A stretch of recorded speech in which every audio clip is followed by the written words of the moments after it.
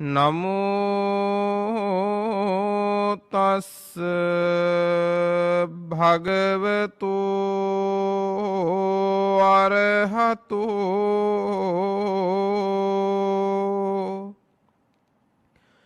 සම්මා සම්බුද්දස්ස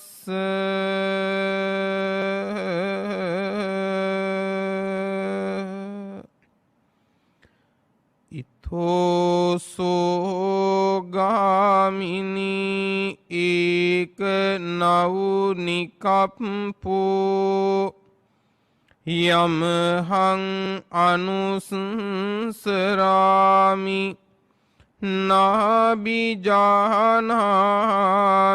කිංචි කුලං පක්ඛ බික්ඛානුප්පාදන මත්තේන උපහත පුබ්බං අත්ථකෝ යානි තානි කුලානි අඩ්ධානි මහද්ධනානි මහාභෝගානි පහූත ජාත රූප රජතානි පහූත විත්තුපකරණානි පහූත ධන ධඤ්ඤානි සබ්බානිතානි ධාන සම්භූතානි චේව සච්ච සම්භූතානිච සාමඤ්ඤ සම්භූතානි චාති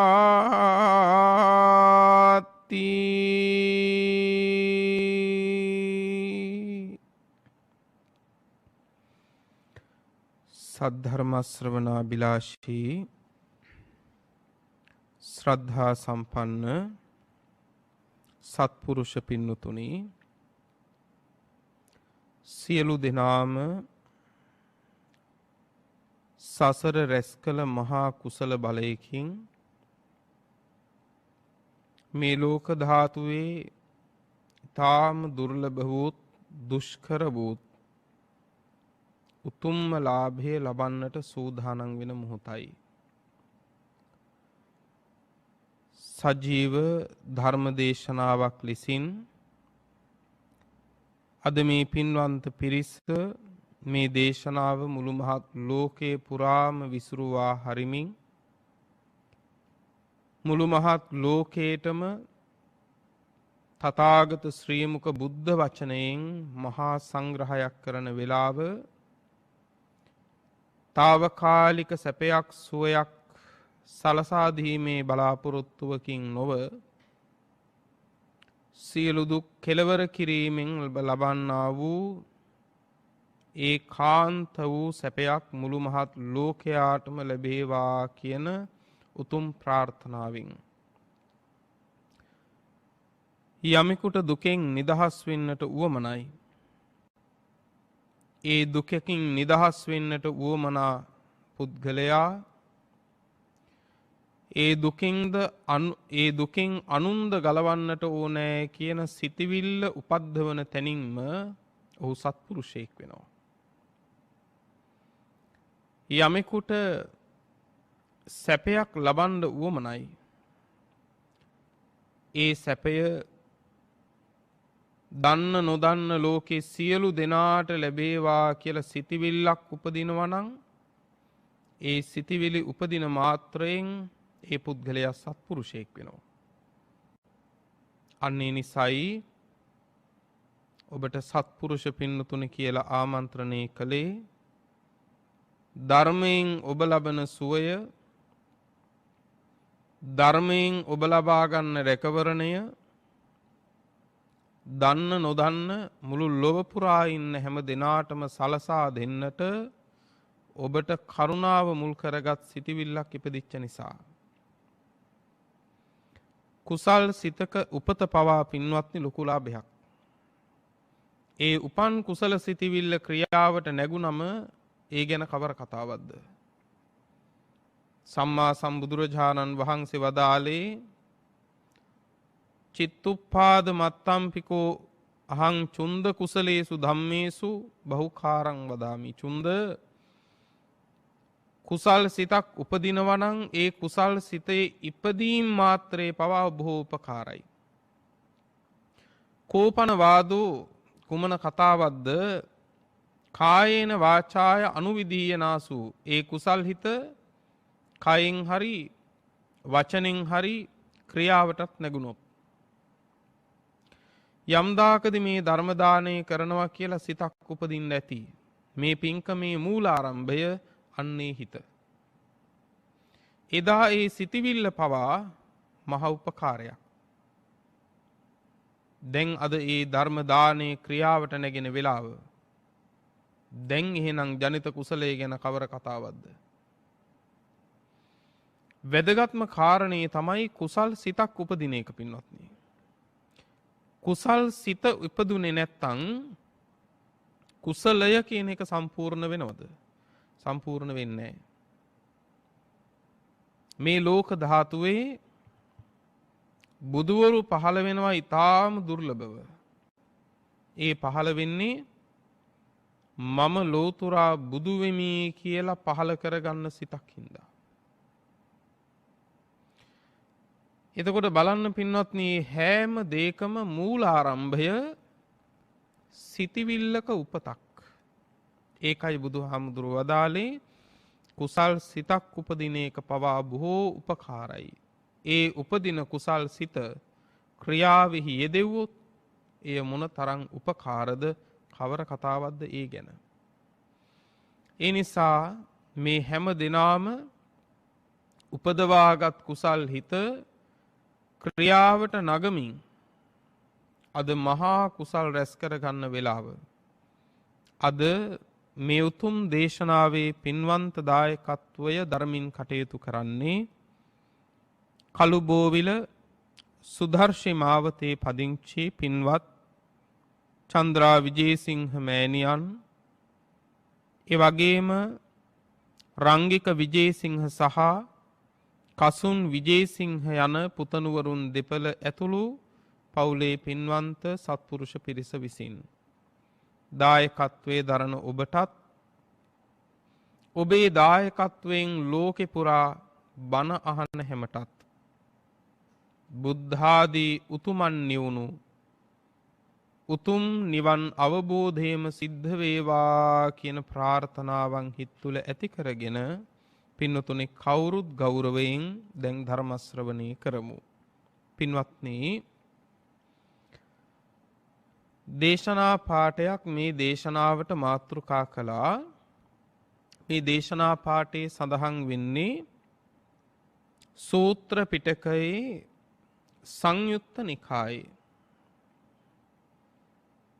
සංයුත්ත නිකාය, සංයුත්තය කියලා කියන පින්වත්නි එකතුව කියන එක. එතකොට මේ සංයුත්ත නිකායේ ස්වභාවය තමයි නොඑක් කාරණාවන් මුල් කර ගනිමින් දේශනාවන් වෙන්වෙන්ව එකතු කරලා තියෙනවා. වෙන්වෙන්ව සංග්‍රහ කරලා තියෙනවා. දැන් උදාහරණයක් හැටියට උපමාවක් කිව්වොත් අපි හිතමු පින්වත්නි පිරිසක් එකතු වෙලා පින්වත්නි මල් නෙලනවා. ඒ මල් නෙලලා පින්වත්නි එක ගොඩකට ගොඩ ගැහුවට පස්සේ අපිට ඒ මල් වෙන් කරන්න පුළුවන් ක්‍රම තියෙනවා. එකක් තමයි ඒ මල් වර්ග වශයෙන් වෙන් කරන්න පුළුවන්. අරලිය මල් වෙනම එකතුවක්, වෙනම ගොඩක්. ඊළඟට පිච්ච මල් වෙනම ගොඩක් ආදී වශයෙන් මල් වර්ග අනුව අපිට වෙන් කරන්න පුළුවන්. ඒ එක ක්‍රමයක්. තවත් ක්‍රමයක් තියෙනවා ඒ මල් වල පාට අනුව වෙන් කරන්න පුළුවන් නේ. රතු පාට මල්, කහ පාට මල්, සුදු පාට මල් ආදී වශයෙන් වෙන් කරන්න පුළුවන්. ඊළඟට තවත් ක්‍රමයක් තමයි පින්වත්නි ඒ මල් වලින් අසවල් ගහෙන් නෙලපු මල් කියන නෙලපු ගස් අනුව වෙන් කරන්නත් පුළුවන්. ඊළඟට අස වෙලා විසින් නෙලපු මල් කියන නෙලපු පුද්ගලයා අනුව මල් වෙන් කරන්නත් පුළුවන්. මේ ආදී නොයෙක් ක්‍රමවලට මේ මල් වෙන් කරලා එකතු කරන්න පුළුවන්. ගොඩ ගහන්න පුළුවන්. අන්න ඒ වගේ මේ සංයුත්ත නිකායෙත් පින්වතුනේ නොයෙක් කාරණාවන් මුල් කරගෙන දෙසූ දේශනා වෙන්වෙන්ව සංග්‍රහ කරලා තියෙනවා. දේශනා කළ දේශකයාණන් වහන්සේ 90 වෙන් කළ සූත්‍ර එකතු තියෙනවා. දේශනාවට මුල් වෙච්ච ශ්‍රාවකයා 90 එකතු කරලා වෙන් කරපු දේශනා තියෙනවා. දේශනා කළ තැන 90 පින්නතුනේ දේශනාවන් වෙන් කරලා තියෙනවා. දේශනා කළ කාරණය 90ත් පින්වත්නි දේශනා වෙන්ව එකතු කරලා සංග්‍රහ කරලා තියෙනවා. මේ විදිහට නොයෙක් කාරණාවන් මුල් කරගෙන දේශනාවන් වෙන්වෙන්ව සංග්‍රහ කරලා තියෙනවා, එකතු කරලා තියෙනවා. මේ සංයුත්ත නිකායේ ගාමනී සංයුත්තේ කියලා පින්වත්නි සංයුත්තයක් තියෙනවා. සංයුත්තයක් කියන්නේ එකතුවක්නේ. එතකොට ගාමනී සංයුත්තය කියලා කියන පින්වත්නි ගාමනී කියලා පුද්ගලයෙක් මුල් කරගෙන තමයි පින්වත්නි මේ දේශනා කළේ. එතකොට මේ දේශනාවන් එකතුව ගාමනී කියන පුද්ගලයා එහෙමත් නැත්නම් ශ්‍රාවකයා මුල් කරගෙන තමයි පින්වත්නි කළේ. මේ ගාමනී සංයුත්තයේ සූත්‍රයක් තියෙනවා කුල කියන සූත්‍රය. කුල සූත්‍රය. සූත්‍ර පිටකයේ සංයුත්ත නිකායේ මොන සංයුත්තේද? ගාමනී සංයුත්තයේ සූත්‍රයේ නම කුල කියන සූත්‍ර දේශනාව. මෙතන කුල කිව්වේ මොකේද? මෙතන කුල කියලා කිව්වේ පින්වත්නි ගෙදර කියන එක. එහෙමත් නැත්නම් ගෘහ ජීවිතයේ, එහෙමත් නැත්නම් ගිහි පවුල කියන අදහස. ගිහි ගෙදර කුලය කියලා කියන්නේ. ශාසනය තුල කුල කියන වචනේ ඒ අර්ථයෙන් පාවිච්චි වෙලා තියෙනවා. ගිහි ගෙදර කියන අර්ථයෙන් පින්වත්නි කුල කියන වචනය ව්‍යවහාර වෙලා තියෙනවා. දේශනා වෙලා තියෙනවා. එතකොට බුදුරජාණන් වහන්සේ ඒ කුලය ඇසුරු කරන්න කියලා කිව්වේ. එහෙමත් නැත්නම් ගිහි ගෙදර පැවිද්දාට ඇසුරු කරන්න කියලා කිව්වේ කොහොමද? සංයුත්ත නිකායේ කස්සප සංයුත්තේදී පින්වත්නි භාග්‍යතුන් වහන්සේ දේශනා කළ චන්දූපමා ප්‍රතිපදාව. චන්දූපමා ප්‍රතිපදාව කියන්නේ ඡන්ද කියලා කියන්නේ හඳට. සඳ උපමා කරගෙන පින්වත්නි මේ ප්‍රතිපදාව දේශනා කළා. පැවිද්දා කොහොමද ගිහි ගෙදර ඇසුරු කළ යුතු? සඳ උපමා කරගෙන කොහොමද පින්වත්නි මේ කාරණේ දේශනා කරන්නේ? දැන් බලන්නකෝ හඳ ආකාශයේ යනකොට පින්වත්නි හැම තැනටම හඳේ එළිය දෙනවා. නේ හැම තැනටම සඳේ එළිය දෙනවා. කිසි අඩුවක් නැහැ. හැබැයි ඒ අහසේ යන සඳ ලෝකේ හැම දෙයකටම එළිය දුන්නත් ඒ එළිය ලබන හැමෝටම හුඟක් ඈතින් තමයි හඳ යන්නේ. ඒ එළිය ලබන කිසිම කෙනෙක් එක්කවත් කිසිම දෙයක් එක්කවත් හඳේ අමුතු ගනුදෙනුවක් නැහැ. හරි ලස්සනයිනේ. නේද? හරිම ලස්සන ප්‍රතිපදාවක්. හුඟක් ඈතින් අමුතු ගනුදෙනුවක් නැතුව ආකාශයේ යනවා හඳ. හැබැයි ලෝකේ හැමෝටම එකලෙස එළිය දෙනවා. සම්මා සම්බුදුරජාණන් වහන්සේ පැවිද්දාට දේශනා කළා ගිහි ගෙදර ඇසුරු කළ යුත්තේ එලෙසයි. හැමෝටම පැවිද්දේ එළිය දෙනවා. හැබැයි අමුතු ගනුදෙනුවක් නැහැ. අමුතු ගනුදෙනුවක් හැදුනොත් ඒක ස්වාමීන් වහන්සේලාගේ වරද විතරක් නෙවෙයි පින්වත්නි. සමහර අවස්ථාවන් වලදී ඒ වරද කරන්නේ ගිහි පාර්ශවය. සමහර අවස්ථාවන් වලදී තමන්ගේ යම් කටයුතු ඉටු කර ගැනීම පිණිස ගිහි පාර්ශවය අද වෙනකොට සාසනික අල්ලස් දෙන තැනට ක්‍රියාත්මක වෙනවා පින්වත්නි. එතකොට මතක තියාගන්න එහෙම වුණාම පින්වත්නි ගමන යන්න බෑ. නේ? එහෙම වුණාම ගමන යන්න බෑ. ගඟට වැටිච්ච කොටයක් එහා යුර හේතු වුණත් පහළට යන්නේ මෙහා යුර හේතු වුණත් පහළට යන්නේ ඒ වගේ. එතකොට කුල කියලා කිව්වේ පින්වත්නි ගිහි ගෙදර කියන එකයි. ගිහි ගෙදර. බුදුරජාණන් වහන්සේ මේ සූත්‍රයේදී අපිට ඊටාම වැදගත් හරි ලස්සන කාරණයක් දේශනා කරනවා. බුදුරජාණන් වහන්සේ මේ දේශනාව කළේ පින්වත්නි එක සමයක උන්වහන්සේ වැඩම කරමින් හිටිය පින්වත්නි කෝසල ජනපදයේ. කෝසල ජනපදයේ පින්වත්නි තිබුණා පාවාරික කියලා අඹ වනයක්.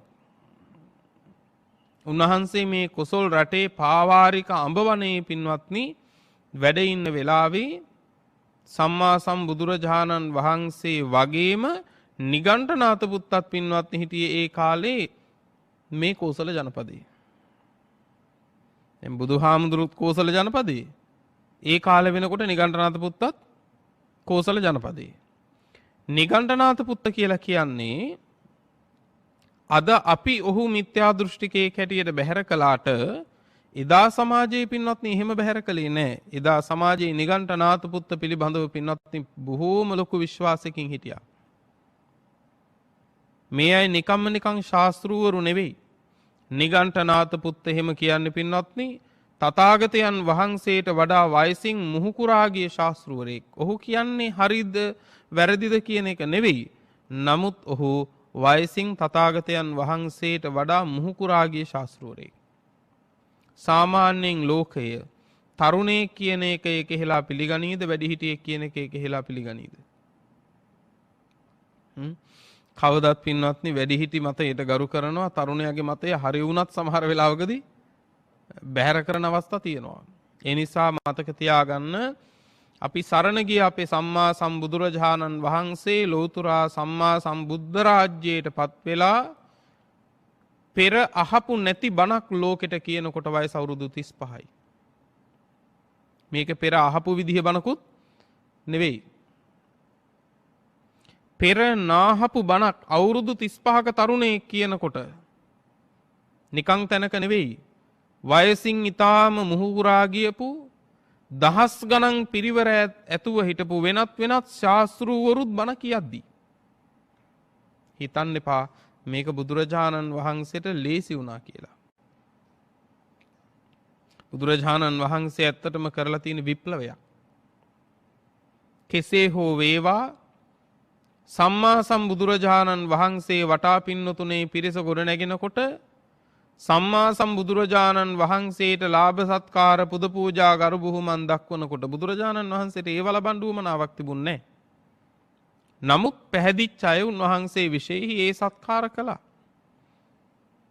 සම්බුද්ධ ශාසනයේ විශේෂයි ඒ සත්කාර සම්මාන කළා. නැතිව බුදුරජාණන් වහන්සේට ලෝකේ හැම ගරු සත්කාරයක්ම තමන් වහන්සේට ලබන්න ඕන කියලා අදහසක් එහෙම එකක් තිබුණේ නැහැ.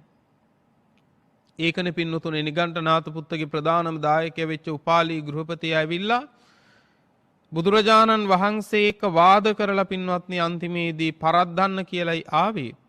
හැබැයි වාද ඉවර වෙලා බුදුරජාණන් වහන්සේ ළඟ කිව්වා ස්වාමීනි මං අද ඔබ වහන්සේව සරණ යනවා කියලා. බුදුහාමුදුරුවෝ මොකද්ද වදාළේ? උපාලි නුඹ වගේ ප්‍රසිද්ධ අය තීරණ ගන්නකොට ඊට වඩා හිතන්න කිව්වා. ඊට වඩා හිතන්න කිව්වා. බුදුරජාණන් වහන්සේට ඕන කළේ තමන් වහන්සේගේ ශාසනයට බාහිර අය එකතු කර ගැනීමට නෙවෙයි. බුදුහාමුදුරුවෝ බුදු වුණේ ඒකට නෙවෙයිනේ. ලෝකේ බුදුවරු පහළ වෙන්නේ මතක තියාගන්න බෞද්ධයෝ කියන පිරිස වැඩි කරන්න නෙවෙයි. ලෝකෙට බුදුවරු පහළ වෙන්නේ සංසාරේ දුකෙන් මිදෙන පිරිස පහළ කරන්නයි. ඊළඟට උපාලි ගෘහපතියා කිව්වා ස්වාමීනි මං තවත් ඔබ වහන්සේ ගැන පැහැදුනා මං ඔබ වහන්සේ සරණ යනවාමයි. ඒකමන බුදුරජාණන් වහන්සේ වදාළේ මොකද්ද? හොඳයි කමක් නැහැ උපාලි. හැබැයි නිගණ්ඨ පිරිසට දෙන දානේ නවත්තන්න එපා කිව්වා. gedara දෙන නිගණ්ඨ පිරිසට දෙන දානේ නවත්තන්න එපා කිව්වා. භාග්‍යතුන් වහන්සේට ඕන කළේ උපාලි ගෘහපතියාගේ දානේ නෙවෙයි. දානේ කාට දුන්නත් කමන්නේ. හැබැයි මේ සසර ගමන ඉවර කරගන්නවා නම් බුදුහාමුදුරුවන්ට ඕන කළේ ඉච්චරයි. ඒ නිසා ලාභ සත්කාර බුදුහාමුදුරුව බලාපොරොත්තුන්නේ නැහැ. මොකද උන්වහන්සේ පෙර විඳපු සැප සම්පත් එක්ක බලද්දි පින්නතුනේ අපි දෙන සැප සම්පත් වලින් උන්වහන්සේ සතුටු කරන්න පුළුවන් කමක් නැහැ. උන්වහන්සේ ඊට වඩා මහා සම්පත් පින්නතුනේ කෙලපිඩක් ගැහුවා වගේ අත්හැරලයි පින්වත්නි එළියට බැස්සේ. මේ නිකන් පුංචි පැල්පත් දාලාව නෙමෙයි. අපිට මේ අතෑර ගන්න බැරුව ඉන්න පර්චස් 10 15 වුණාට පින්වත්නි තථාගත බුදුරජාණන් වහන්සේ අත්හැරලාවේ පින්වත්නි එහෙම පොඩි දේවල් නෙමෙයි. මහා සම්පත් අත්හැරලාවේ පින්වත්නි. එහෙම අත්හැරලාපු උත්තමයන් වහන්සේ නමක් ලාභ සත්කාර බලාපොරොත්තුෙන් ශාසනයේ වැඩ ඉන්නවා කියලා එකක් නැහැ. බුදුරජාණන් වහන්සේ කෙරෙහි පැහැදිච්ච ශාසනය කෙරෙහි පැහැදිච්ච අය බොහෝ සත්කාර කරනකොට අර නිගණ්ඨනාත පුත්ත ආදී පිරිසට ලැබෙන්න තිබිච්ච ලාභ සත්කාර පින්නතුන පිරිහෙන්න පටන් ගත්තා. දැන් එයාලට හිතූ පරිද්දෙන් ලාභ සත්කාර නැහැ. ඒ නිසා නිගණ්ඨනාත පුත්ත ආදී පිරිස මොකද කළේ? නොයේ කුමන්ත්‍රණ කළා පින්නතුනේ සම්මා සම්බුදුරජාණන් වහන්සේ සමාජයේ ඉස්සරහා නින්දාවට පත් කරන්න. සමාජයේ ඉස්සරහා පරාජයට පත් කරන්න නිගණ්ඨනාත පුත්ත ඇතුළු පිරිස ලොකු උත්සාහයක් ගත්තා. ඒවා එක පියවරක් තමයි උපාලි ගෘහපතියගේ වාදය, අබේ රාජකුමාරයාගේ වාදය ආදී නොඑක් දේවල්. පින්වත්නි දැන් බුදුරජාණන් වහන්සේ කෝසල ජනපදයේ පාවාරි කඹවණේ වැඩ ඉන්නකොට නිගණ්ඨනාත පුත්ත ඇතුළු පිරිසත් කෝසල ජනපදයේ නිගණ්ඨනාත පුත්තව හමු වෙන්න ආවා. නිගණ්ඨනාත පුත්තගේ ප්‍රධානම ශ්‍රාවකෙක් වෙච්ච අසිබන්ධක පුත්ත ගාමිණී. අසිබන්ධක පුත්ත ගාමිණී කියන්නේ අද කාලේ නම් ග්‍රාම නිලධාරී කෙනෙක් වගේ මට්ටමක කෙනෙක්. අසිබන්ධක පුත්ත ගාමිණී ඇවිල්ලා නිගණ්ඨනාත පුත්තට වන්දනා කරලා පැත්තකින් වාඩි වුණා. වාඩි වුණාට පස්සේ නිගණ්ඨනාත පුත්තුමා අසිබන්ධක පුත්ත ගාමිණීට කතා කරලා කියනවා, ගාමිණී පොඩ්ඩක් මෙහෙට එන්නකෝ. නුඹ බවත් ගෞතමයන් වහන්සේ එක්ක වාදයක් පටන් ගන්න කිව්වා. ඔන්න බලන්නකෝ වෙනවත්නේ. දැන් ඒ ශාස්ත්‍රවරයා තමන්ගේ ශ්‍රාවකයව මෙහෙවනවා භාග්‍යතුන් වහන්සේට එරෙහිව. බුදුරජාණන් වහන්සේට විරුද්ධව. නුඹ ගිහිල්ලා බුදුරජාණන් වහන්සේට විරුද්ධව වාදයක් පටන් ගන්න කිව්වා. එහෙම වාදයක් නුඹ පටන් ගත්තම ඒ වගේ මහා 이르දිමත් වෙච්ච, මහා ප්‍රසිද්ධ වෙච්ච, මහානුභාව සම්පන්න බවත් ගෞතමයන් වහන්සේ එක්ක නුඹ වාද කළා. නුඹ වාද කරලා දිනුවා කියලා නුඹ ගැන මේ මුළු සමාජෙම පුදුම කීර්තියක් පැන නගී කිව්වා. පුදුම ප්‍රසිද්ධියක් පැන නගී කිව්වා. ඒකේ වාසියක් Tamanටත් තියෙනවනේ. ඇයි මේ නිගණ්ඨනාත පුත්තගේ ශ්‍රාවකෙක්නේ. ඊළඟට ඒකාන්තයෙන් නිගණ්ඨනාත පුත්ත කියනවා මොකද්ද? ශ්‍රාවකයෙක්ගේ වැඩ ඔහොමනම් ශාස්ත්‍රවරයාගේ හැටි බලා ගන්න. නිගණ්ඨනාත පුත්ත එහෙම තමයි කළේ. හුඟක් තැන්වල එහෙමයි කළේ. අර සඳුන් ගැටයෙන් පින්වත්නි පාත්‍රයක් හදලා පින්වත්නි 이르දිහෙන් අරහත් වෙච්ච උත්තමයෝ ඉන්නවා නම් ගණිත්වා කියලා හඬ බෙර ගහපු වතාවේ මොකද කළේ? අහසට පැන නගින්න වගේ ඉරියව් හදා ගන්නකොට ගෝලයෝ ටික ඇවිල්ලා අල්ලා ගන්නවා. අපෝ එපා ඔය වගේ එකකට අපේ ශාස්ත්‍රඥ වහන්සේ ප්‍රාතිහාර්ය පාණ්ඩ එපා කියලා. අන්න ඒ වගේ වැඩ හුඟක් නිගණ්ඨනාත පුත්තගේ තිබුණා. ඉතින් දැන් ඒ කාන්තෙන් අර අසිබන්ධක පුත්ත ගාමිණී වාදින් දිනුවා නම් නිගණ්ඨනාත පුත්තතුමා කියනවා ශ්‍රාවකයා ඔහොමනම් හිතා ගන්න ශාස්ත්‍රවරයාගේ හැටි කොහොමද කියලා. ඒක Tamanට ආපහු ආරයක් ලාභයක් වෙනවා.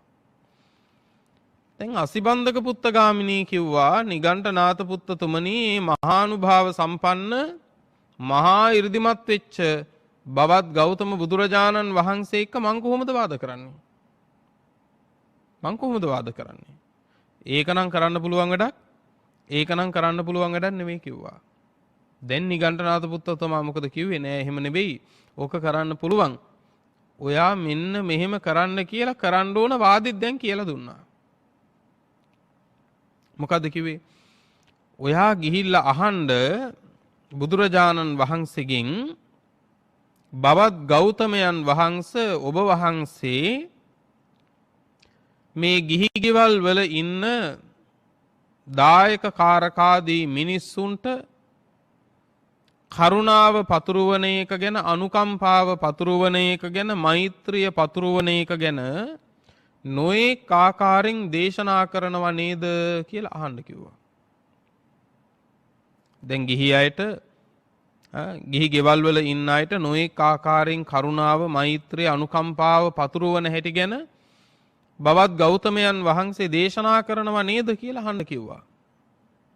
නෑ කිව්වොත් එතකොට සම්මා සම්බුදු වෙන්නේ කොහොමද? එහෙම කරුණාව, අනුකම්පාව පතුරවන්න උගන්වන්නේ නැත්තම්. නෑ කියන උත්තරේ දුන්නත් බුදුරජාණන් වහන්සේ අමාරු වෙයි. ඔව් කියන උත්තරේ දුන්නොත්, ඔව් මන් දේශනා කරනවා කිව්වොත් ඊළඟ ප්‍රශ්නේ අහන්න කිව්වා. දැන් මේ යන්න කලින් ප්‍රශ්න හදා ගන්නවා. මෙහෙම ප්‍රශ්නයක් අහනවා, මේ විදිහට උත්තර දුන්නොත් අර විදිහට අහනවා. ඒ විදිහට උත්තර දුන්නොත් මේ විදිහට අහනවා ආදී වශයෙන් ප්‍රශ්න හදා ගන්නවා. ඔව් දේශනා කරනවා කිව්වොත් ඊළඟට අහන්න කිව්වා. එතකොට එහෙම දේශනා කරනවා නම් මේ කාලය ඒ තරම් හොඳ කාලයක් නෙවෙයි. මොකද්ද?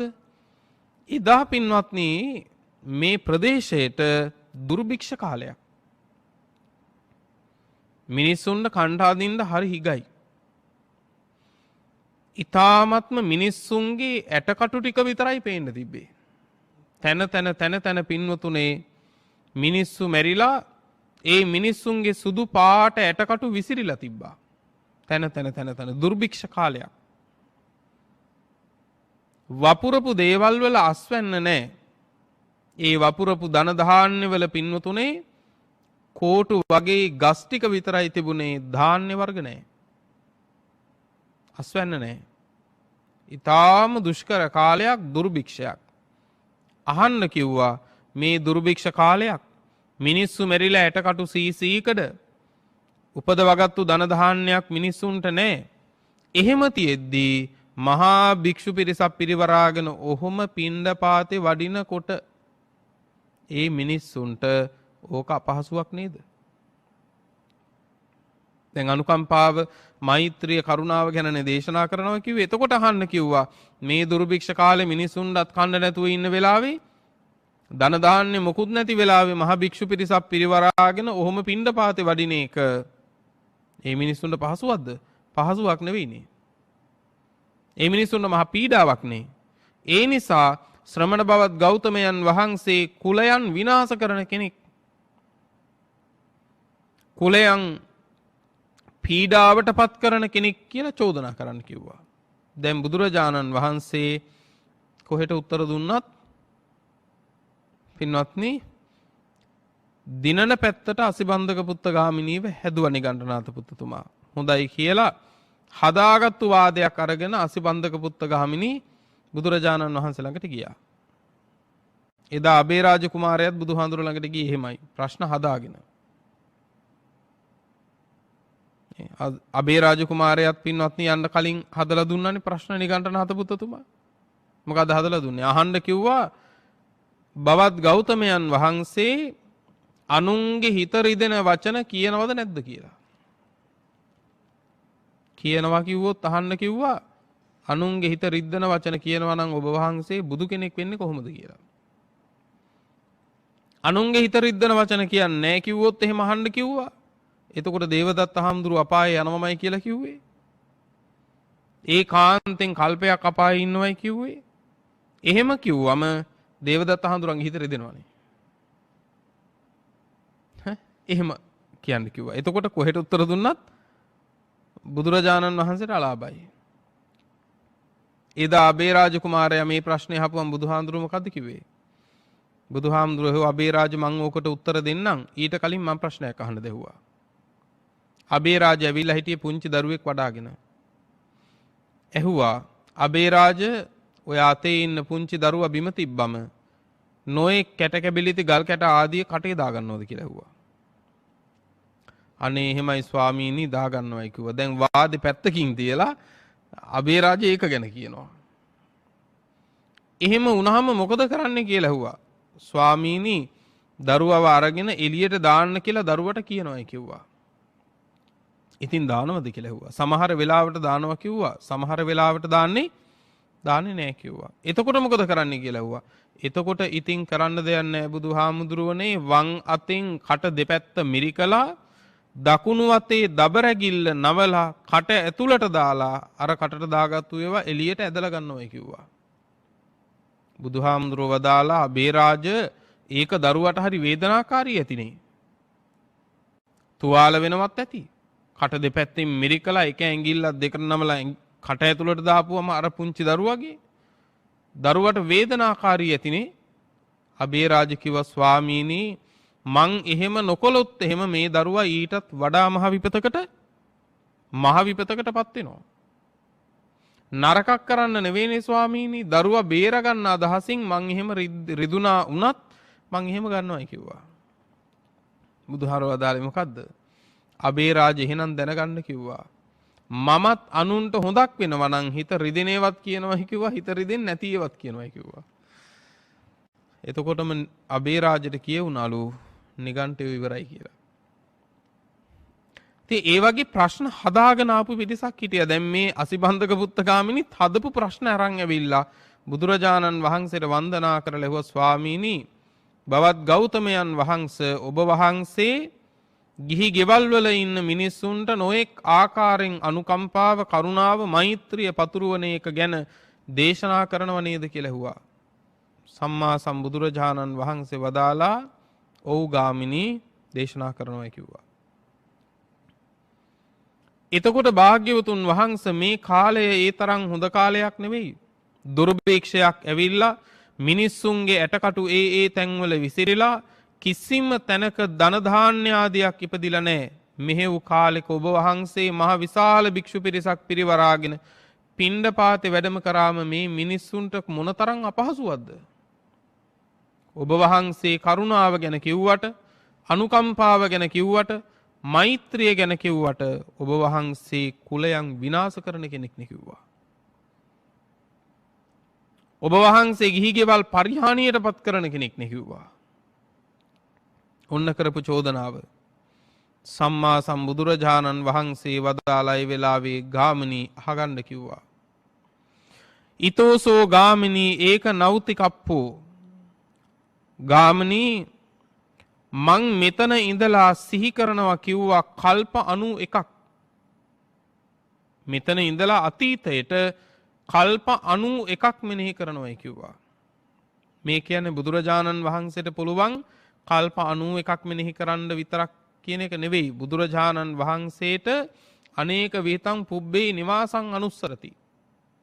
නොඑක ආකාරයෙන් ප්‍රමාණ රහිතව පින්නතුනේ පෙරවිසූ කඳ පිළිවෙල සිහි කරන්න බුදුවරුන්ට පුළුවන්. ඒකේ සීමාවක් බුදු කෙනෙකුට නැහැ පින්වත්නි.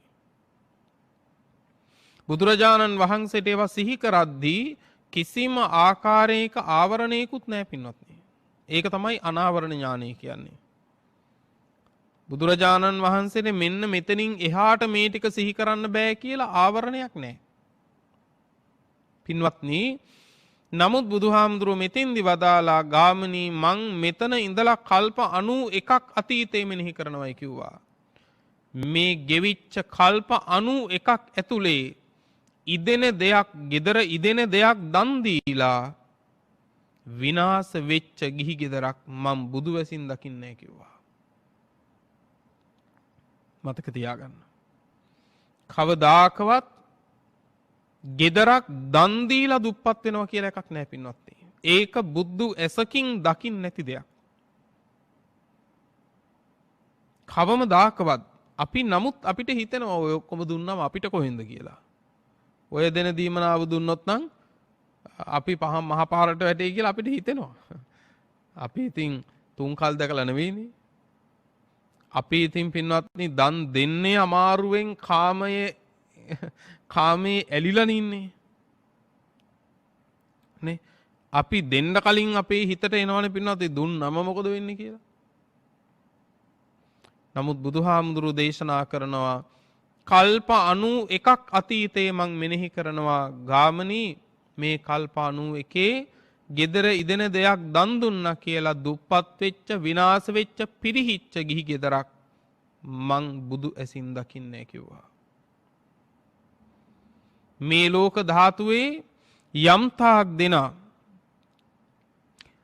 මහා ධනස්කන්ධයකින් ආඩ්‍යව ඉන්නවා නම් උපභෝග පරිභෝග සම්පත් ධන ධාන්‍ය තියෙනවා නම් නොඑක ආකාර යාන වාහන ආදී උපකරණ තියෙනවා නම් බොහෝ සෙයින් ඒ යම් තාක් වූ සැප සම්පත් විඳින ගිහි කෙනෙක් ඉන්නවා නම් ඒ හැම කෙනෙක්ම ඒ හැම සම්පත්තියක්ම උපද්දවලා තියෙන්නේ දාණයෙන්මයි කිව්වා.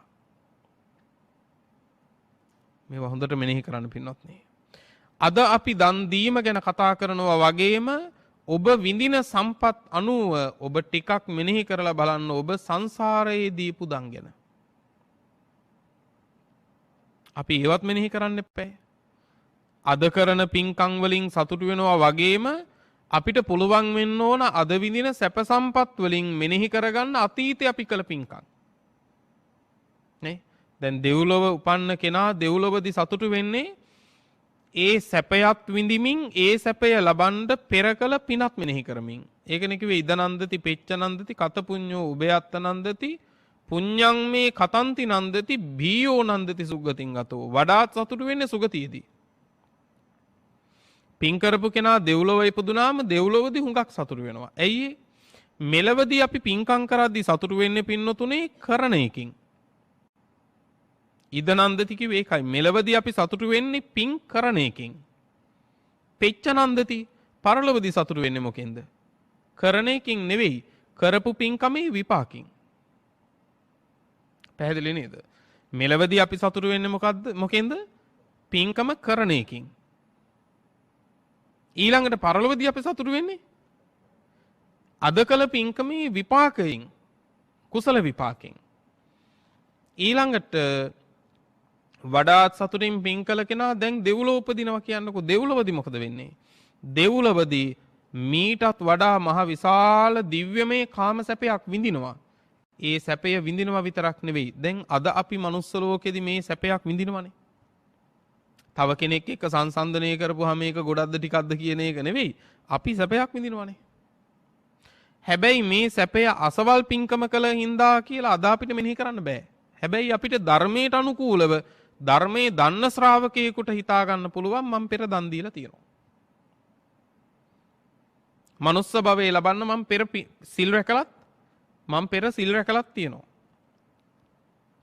අපිට ඒ කාරණය ධර්මයේ ඔස්සේ වටහා ගන්න පුළුවන්. හැබැයි දෙව්ලොව ඉපදුනාට පස්සේ ඒ දෙව්ලොව උපන්න දිව්‍ය පුත්‍රයා තමන් මීටත් වඩා සැපයක් විඳිනවා. හැබැයි දිව්‍යානුභාවයෙන් ඔහු මෙනෙහි කරනවා මේ පින ලබන්න මම පෙර කළ පින මොකද්ද? එතකොට එයා තීරුම් ගන්නවා මම මේ සැපය විඳින්නේ මා විසින්ම පෙර අසවල් පින්කම කළ නිසා. ඔහු දෙව්ලොවදී සතුටු වෙන්නේ කළ පින්කමත් විඳින සැපයක් දෙකම දකිමින්.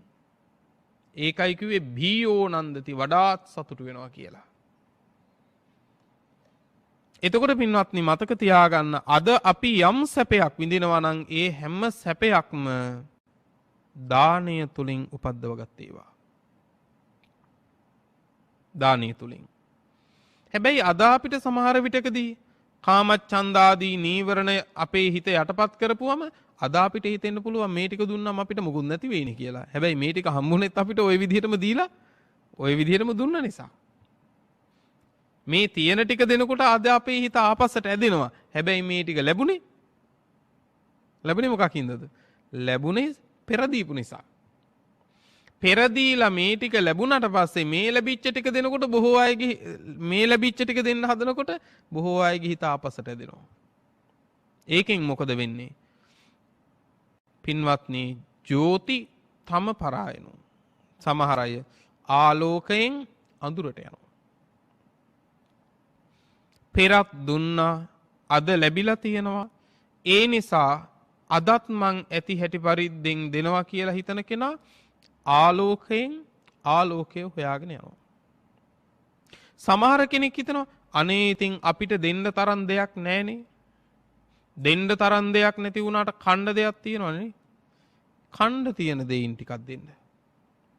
ඒක බැරි නෑනේ. දෙන්න කියලා වෙනම දෙයක් නෑ. තමන්ට කණ්ඩ තියෙන ටිකෙන් මිටක් දෙන්න පුළුවන් නම් ඒකට ආත්ම භාව 100 ගණන් දහස් ගණන් විපාක තියෙනවා. ඒකනේ සතුටට කාරණේ. එක වී ඇටයකින් උපදින්න එක වී ඇටයක් නෙවෙයිනේ, වී ඇට 100 ගණනක් දහස් ගණනක්නේ.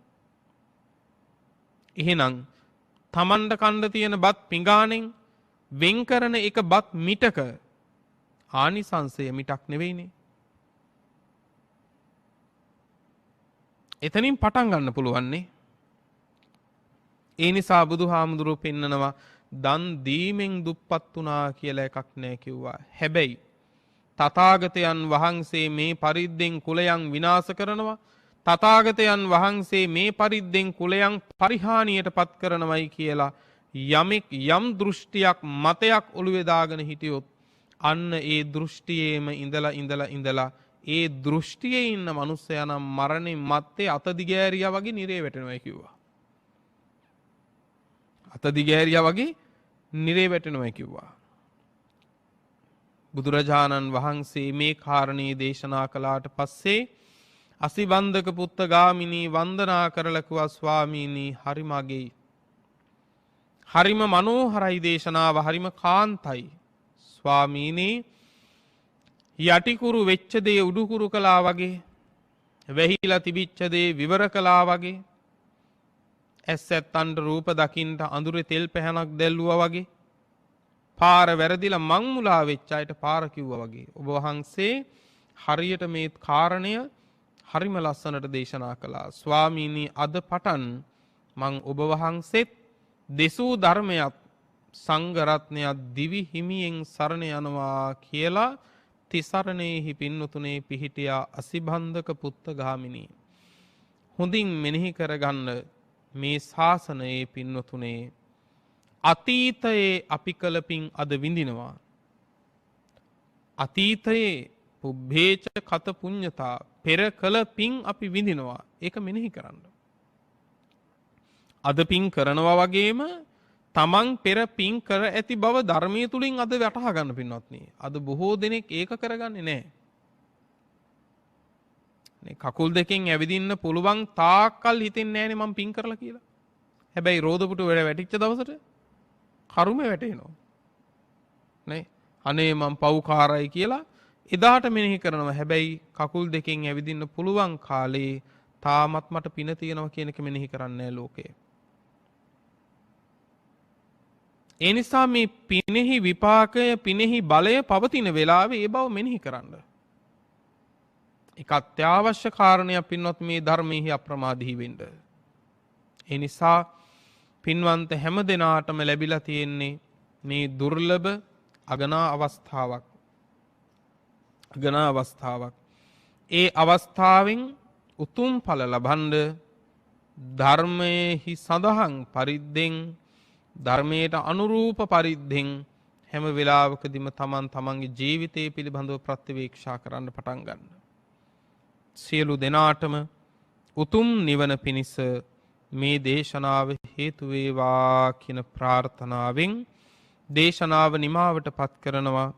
අද මේ උතුම් දේශනාවේ පින්වන්ත දායකත්වය ධර්මින් කටයුතු කළේ කළුබෝවිල සුදර්ශි මාවතේ පදිංචි පින්වත් චන්ද්‍රා විජේසිංහ මෑණියන්, ඒ වගේම රංගික විජේසිංහ සහ කසුන් විජේසිංහ යන පින්වත් පුතණුවරුන් දෙපළ ඇතුළු පවුලේ පින්වන්ත සියලු දෙනා විසින් අරමුණු අතරට එක් වෙන්නේ නිදන ප්‍රාප්ත කෝරළේගේ සෙනරත් බණ්ඩාර විජේසිංහ මහත්මාණන්ගේ අභාවෙන් වසර 2ක් පූර්ණත්වයට පත්වීම නිමිති කරගෙන එතුමන්ට මේ පින්පෙත් අනුමෝදන් කරලීමට බලාපොරොත්තු වෙනවා. ඒ සමගම අසනීප තත්වයෙන් පසුවන ඇමරිකාවේ පදිංචි මාතුල කටුමුළුව සොහොයුරා අද දවසේදී ශල්‍ය කර්මයකට භාජනය වන බැවින් ඒ ශල්‍ය කර්මයේ සාර්ථක වී එතුමන්ට නිදුක් නිරෝගී සුව සහනේ ලැබේවා කියන ආශිර්වාදයක් සිද්ධ කරන්නට මේ පින්වන්ත සත්පුරුෂ පිරිස බලාපොරොත්තු වෙනවා. පින්වතුනි, අරමුණු පරමාර්ථ පරිදි රැස් කරගන්න උදාර කුසල් නමින් මියගිය සියලුම ඥාතීන්ට අනුමෝදන් කරමු. ඒ සියල්ලෝ මේ පින් අනුමෝදන්ව සැපවත් වෙත්වා. ජාත්‍යාදී දුක් කෙලවර කර ගනිත්වා.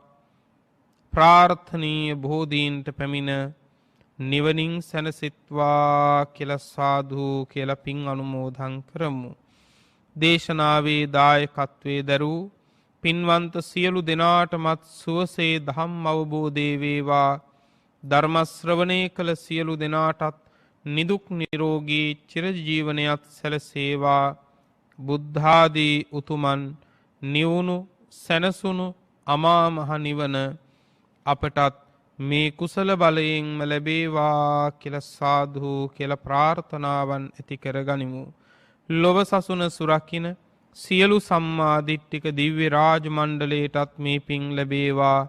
ප්‍රාර්ථනීය බෝධීන් මුදුන්පත් කරගෙන දෙවියෝද නිවනින් සැනසෙත්වා කියලා සාදු කියලා දෙවියන්ටත් පින්පෙත් අනුමෝදන් කරමු.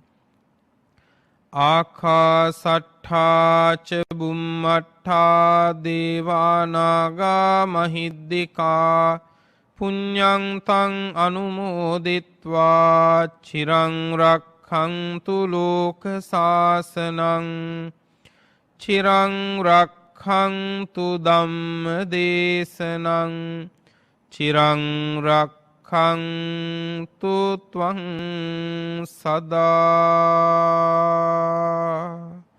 පුරා අවුරුදු 25ක් ලෝතුරා සම්මා සම්බුදුරජාණන් වහන්සේ ළඟ ඉඳලා උන්වහන්සේට සියාතින් උපස්ථාන කළ අග්‍ර උපස්ථායක වූ මහා පිං ඇති ආනන්ද මහරහතන් වහන්සේ පින්වතුනේ මෙහෙම ප්‍රාර්ථනාවක් කළා.